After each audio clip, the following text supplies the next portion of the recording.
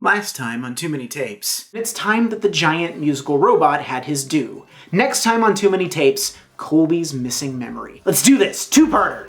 The last two videos on Colby were both about the radical effects a desperate desire to get on television can have on a creative project.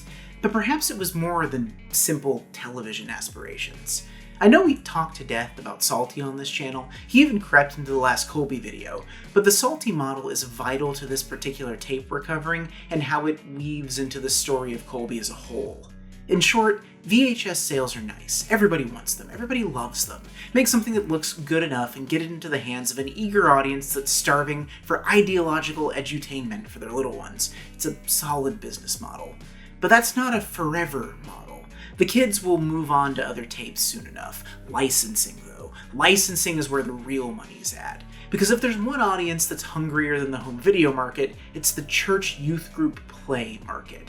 You gotta give these kids a group project. Everybody wants to see their little Susie or Timmy or Kaylin or Jalen or Braden or Zayden or Braxton or whatever sing in a big group or get some lines on a stage. Makes them feel proud. Makes them record embarrassing videos that they'll pull out at birthday parties later. Makes them bring their friends and family who will maybe become regular tithing members of the church. And because the church play market is evergreen, it doesn't matter when the thing was made, so long as it's somewhat easy to produce and has a simple message everybody can get on board with. You can write one of these mini musicals and it can live in perpetuity. The Rettinos, creators of Psalty, really cleaned up using this model through their work with Marantha Music, so the Jacobses, creators of Colby, followed in their footsteps. A kid seeing this tape as a piece of entertainment was incidental. It was a demo, a proof of concept that gave a potential youth pastor, who will also probably end up playing the role of Colby, all of the blocking and staging ideas he'd need to put on a slapdash production of his own. But of course, you need to buy the sheet music and the script and the accompaniment CD/cassette combo, and Marantha made that pretty easy too. You can still buy these things. People still put these plays on in churches across the country. And this all isn't supposition. It literally says this in the opening FBI warning-esque message at the beginning of the tape. The following program is designed to be performed by local church and school groups. The music, script, soundtrack, and choreography can be obtained from the publisher or your local Christian bookstore. Additional information is available at the conclusion of this program. The weirdest thing about all of this, though, is that at long last, I may have found a piece of Colby media that's kind of good, or at the very least, it's the least bad. This time on Too Many Tapes, I bring you Colby 2, Colby's Missing Memory. Okay, instantly this is fun. Hokey 80s computer-themed CGI is a weakness of mine. I love Tron, I'm an easy mark. We open on a studio soundstage that's trying its best to look like a suburban backyard. We, at long last, glimpse the clubhouse in its horrific totality. It's as ramshackle from the outside as it looks on the inside. Where are the parents here? Who's telling these kids that they're gonna hurt somebody? Why do 10-year-olds have unsupervised access to handsaws? The fashions here are way more interesting than Colby's place. We're safely back in the arms of the mid to late 80s here, but filtered through that ever-so-dangerous lens of 50s nostalgia. Most of the boys are wearing multiple button-up shirts with popped collars like they're being styled by an early-in-his-career Steve Bannon. And instantaneously, we're given the true gift of this series, loud, overbearing child acting. It's a beauty to behold. Hey! Are we gonna put a sign on our clubhouse, Nick? Yeah, I guess so. But we're not ready for that yet, David. We have to finish nailing these boards together to make the wall stronger. Okay. Everyone in this thing is shouting. Shouting like somebody's actively using a jackhammer on their makeshift construction site. It doesn't take long for Colby to show up to take the volume and passion down by at least 30 to 40% though. It's hard to tell whether this has any continuity with the rest of the Colby's Place, Colby's Clubhouse lore. Maybe this is the beginning of Colby's Clubhouse? It shares a few of the same actors as Colby's Place, though. I'm gonna try to think about it as hard as they did. Moving on.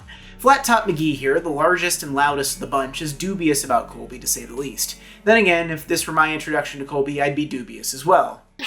They brought Colby! Colby? Who's that? Colby's the computer. He belongs to Jeremy's uncle, and he plays music. Yeah, and we sing with him. Come on, let's go see him.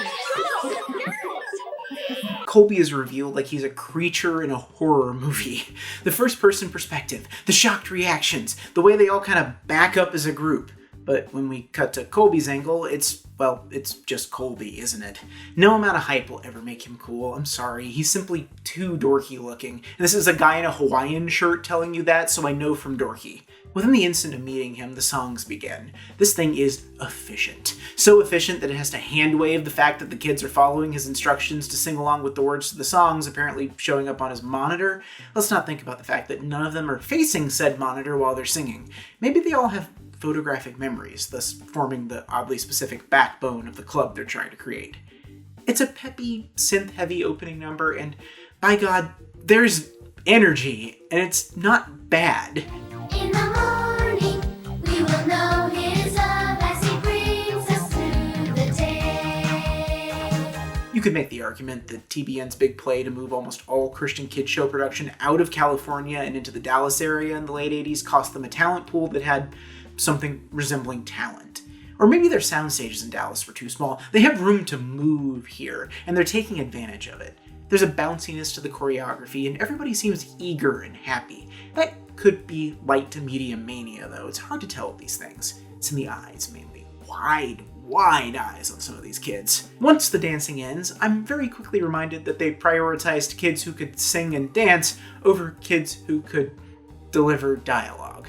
We're talking critical levels of auditory obnoxiousness. You can't teach a skill like that. It has to come naturally. Wow! I really like the way you play music, Colby. Colby, the babe in the woods he is, asks the kids about the clubhouse. He asks if they're going to invite everyone to join.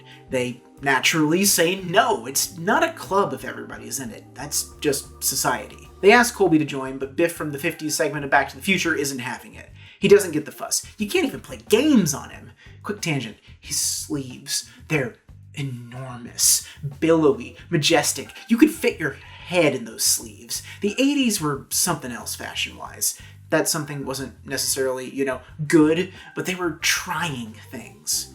Colby doesn't know what a game is. This is always the problem with robot-adjacent stories. Does the robot have a functioning dictionary and the ability to speak our language, or are they an alien from another planet with no context of our society? I don't know who enjoys these segments in stories like this either, where we're having to explain basic concepts that everyone in the audience already knows. It's worse than exposition. Oh my. See, he doesn't even know what a game is. What good is a computer you can't play games on? But you see, that's not Colby's mission. Colby's mission is to know everything about the Bible and write songs about it. As missions go, could be worse, I guess. Young Ted Cruz keeps on being racist, speciesist, life-formist, maybe, to Colby, and the rest of the kids leap to Colby's defense like they've known him for years, as opposed to just having met him 3 minutes ago. He continues to land low blows to Colby's self-esteem, but Colby has a song about friendship in the hopper that will wipe all of that away. And that song takes the shape of a vaguely ragtime ditty. The Muppets really convinced everybody that doing this kind of music was kid catnip, huh?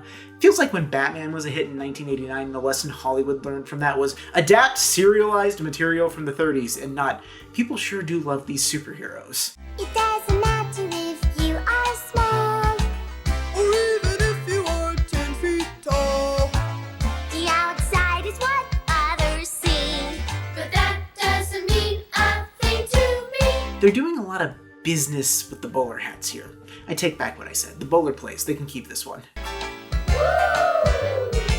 I take it back. Burn it all down. In fact, where did they even get the bowler hats in the first place? Did Colby bring them? Was this gonna be a part of their club, like their Charlie Chaplin Shriners? Too many loose ends. Get rid of them. If that's the baseline for reality, this awkward transition to a tap dancing number that absolutely nobody is hitting on beat will be a rude awakening for us all.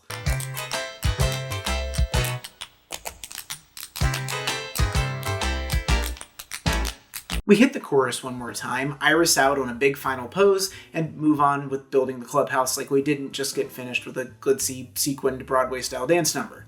The littlest Gary Busey, who I think is called Nick, questions what the purpose of having friends even is, which is rich considering he's got like 20 kids who like him well enough to include him in their big make a ridiculously dangerous clubhouse scheme, and then starts messing with Colby's buttons, seemingly out of spite.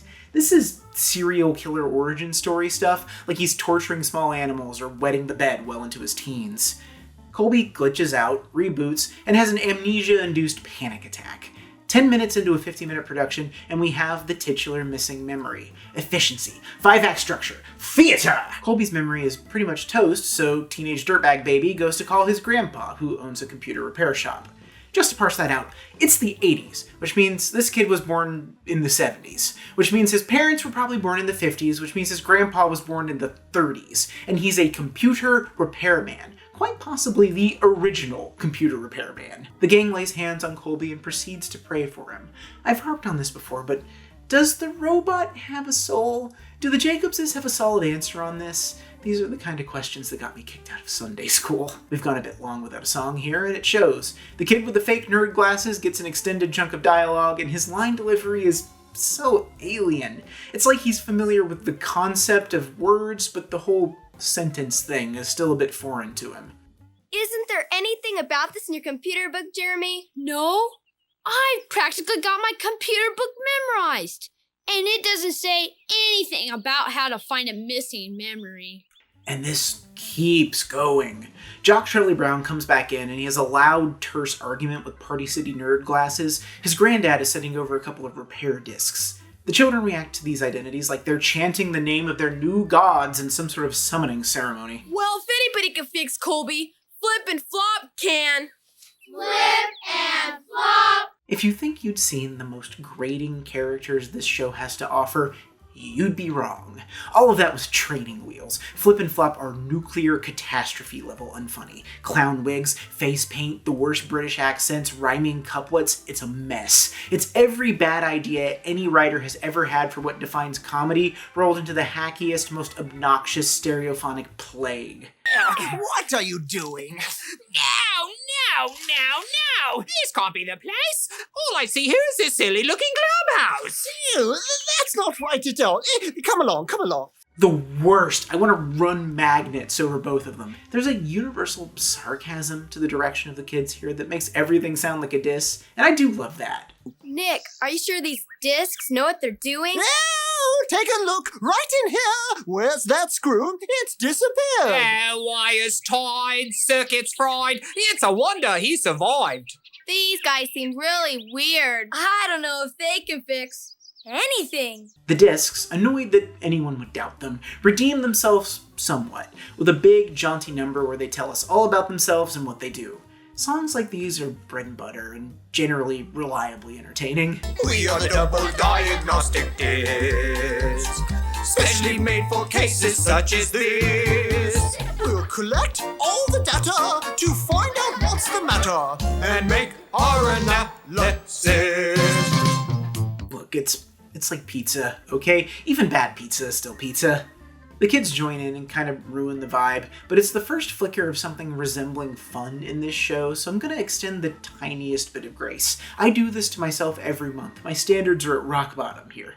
And check his memory bite. You mean you're gonna eat him? No, Andrea, a bite is just a computer word that tells how much memory Colby has. Oh. For my younger audience, this was shockingly normal in the 80s, 90s too. We used to live in a world before computers. It was rough. Imagine a world without internet, a world without social media or e-commerce. In fact, keep imagining that. Hold it in your heart. Maybe we can make it a reality again. The song is straightforward. They're discs, they're here to diagnose and fix Colby, and they're also British for some reason. That part isn't part of the song. It's never explained, nor should it be. Art is a mystery. Flip and Flop, Three Stooges fight their way out of the number and reveal that they don't actually have the parts to start working on Colby. Billable hours, baby. These guys are pros. We'll have to turn it upside down to see if these parts can be found. We'll have to search both high and low in each and every store we visit. You didn't rhyme. Well, I can't do it every time. Well, you did it just then. I don't know if I could do it again. See, did you hear that? What? Now you're not rhyming. Well, perhaps it's my timing. See, did you hear that? What are we doing here? Who is this for?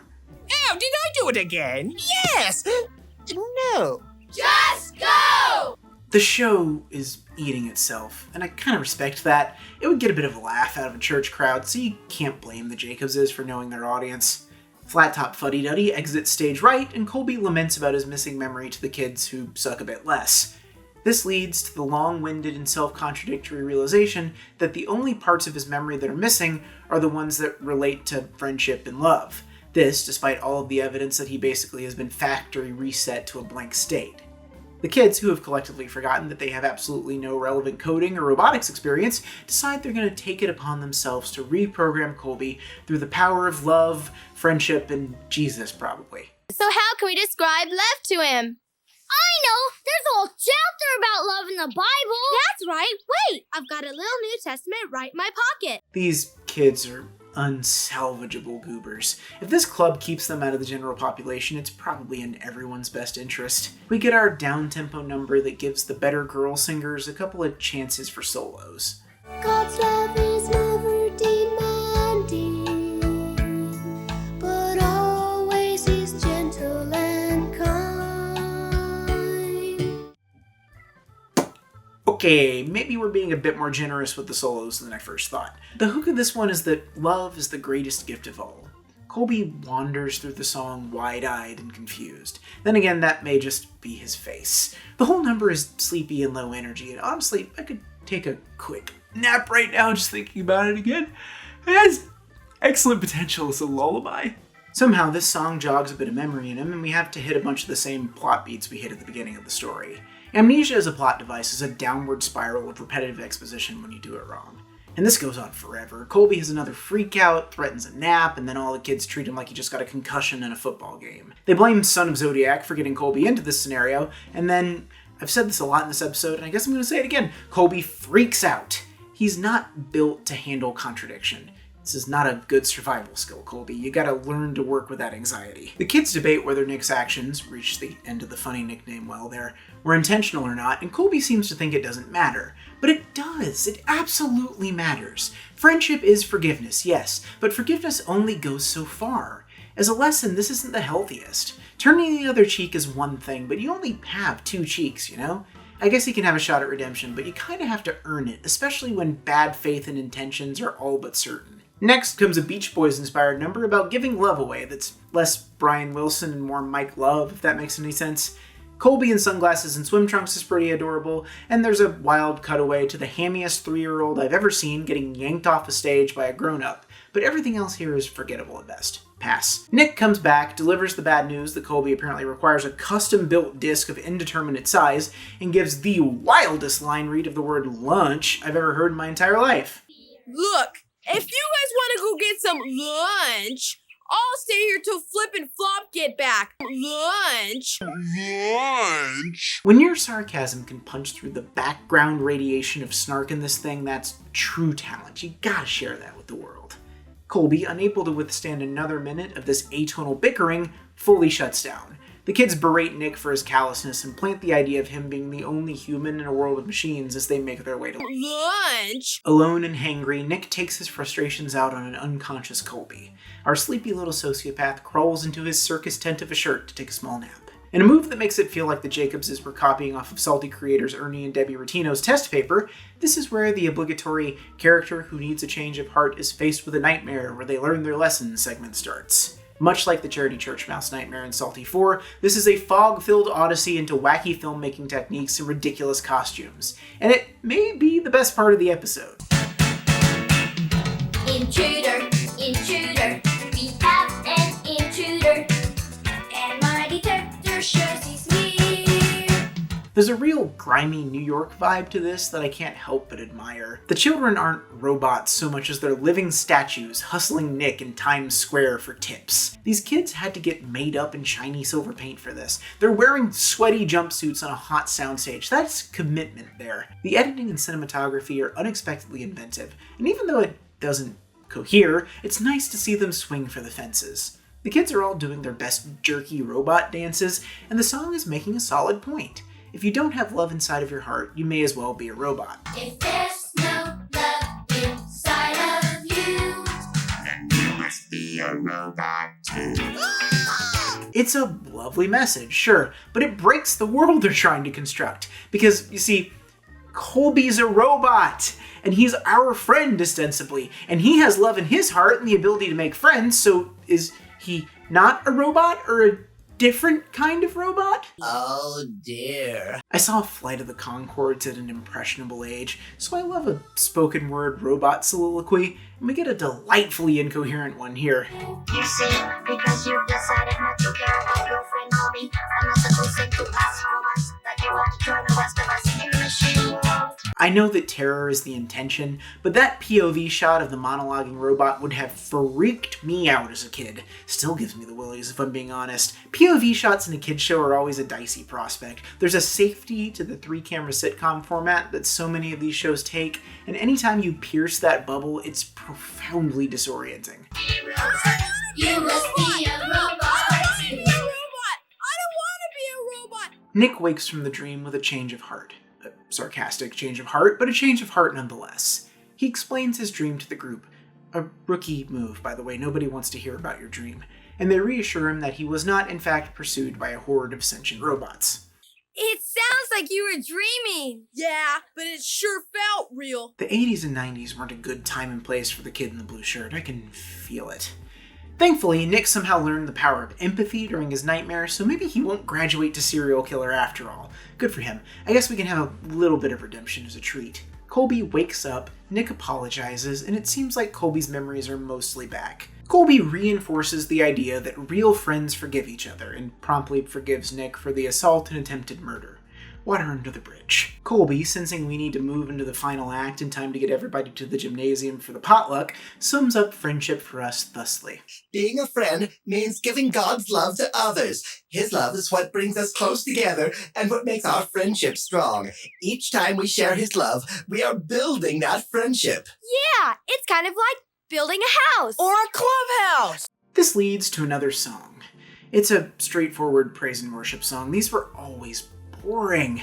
They all have a gentle, sleepy cadence to them, lots of swaying. But there's an odd jerkiness to this one, like they're meeting a rubber wall at the end of each sway and snapping back in the other direction. It's a bit too crisp for something so slow. Luckily, the song is short and we can get back to some flip and flop antics. Why they're needed at this point is unclear, other than for the crass need to not have characters with expensive costumes only show up once. Colby seems fine.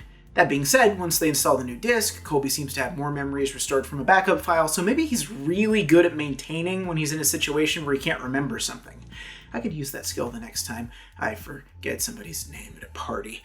In their relation, the kids get into a super tight grouping that explodes into an active and harmlessly cheerful praise number that would have been way more welcome if it hadn't come right after the snooze fest we just sat through. We will sing of the mercies of the Lord. Forever we will sing of his faithfulness. It's fine. I don't have any huge criticisms of it. It has a fun synth line, everybody's high energy, the choreography is sharp, and the chorus is catchy. And it ends on this rad stacked hand fan thing.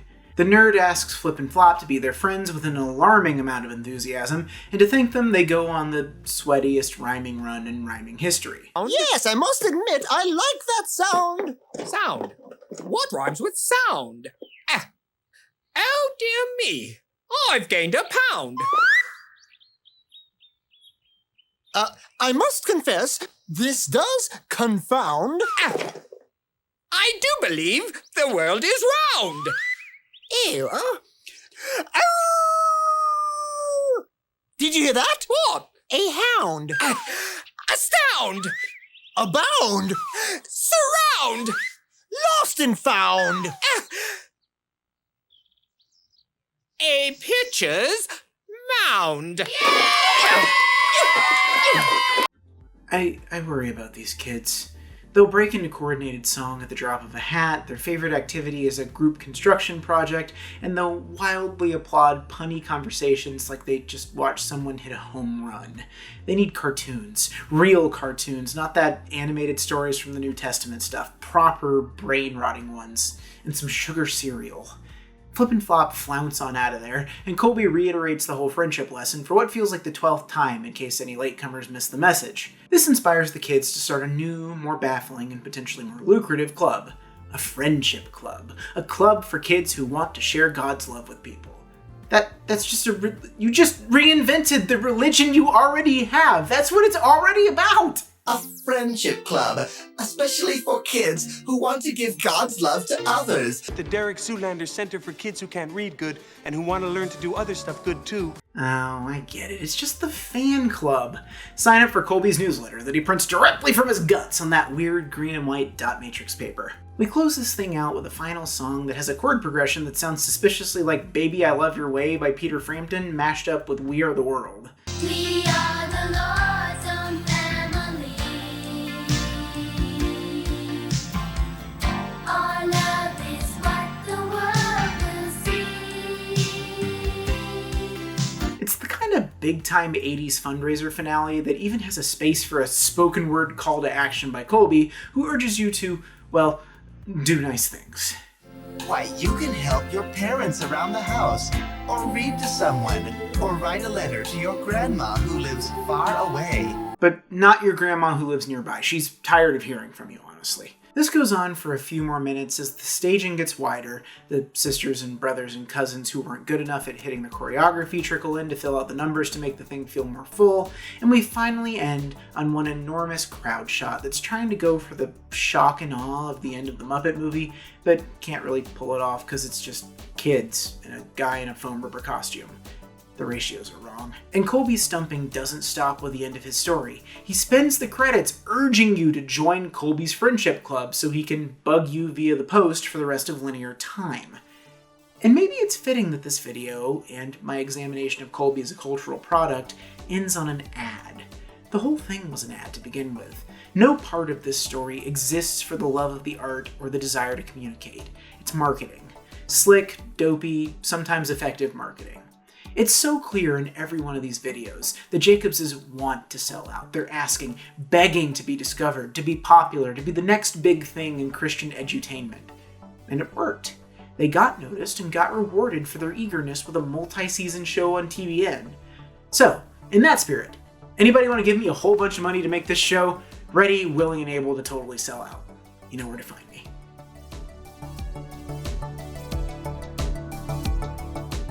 Thank you all for watching Too Many Tapes. Please like this video, subscribe to my channel, and hit the bell icon to get updates for when I upload videos. Did your church ever perform Colby's Missing Memory? Were you in it? Were you in this production of it? Let me know in the comments. If you want to help out a small YouTube channel, consider donating $1 or more a month to my Patreon.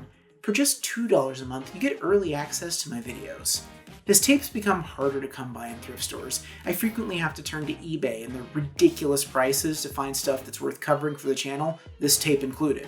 So know that every single donation winds up right on the screen. If you donate $50 or more a month like Natto Kitsch, you get a movie recommendation. This month, I'm recommending 2023's Blackberry. This movie, in better studio release hands, could have been an Oscar contender. The recent trend of brand biopics have been mostly nothing, but this one, which is about a company who's already had its rise and fall, is more dramatically fascinating. It's nice to see Glenn Howerton and Jay Baruchel get to have weighty lead performances in a drama. Thank goodness for Canadian television. For $10 or more a month, you're flip and or flop. You can only pick one, and I'm hoping for an even distribution, so please work it out between yourselves. As a consolation, I've made your names pretty big in the credits.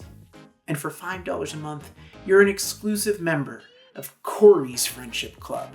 If it sounds too similar to Corey's Clubhouse from last month, that's because we had to drop that name after one kid got tetanus in the clubhouse and required medical attention. The settlement was not pretty. But you, my Friendship Clubbers, have nothing to fear, because our club meets digitally about a week or so before the premiere of each episode when you get early access. No tetanus there, guaranteed. Can I guarantee that? Not sure I can legally guarantee that. Thank you all again for watching, and I'll see you next time on Too Many Tapes.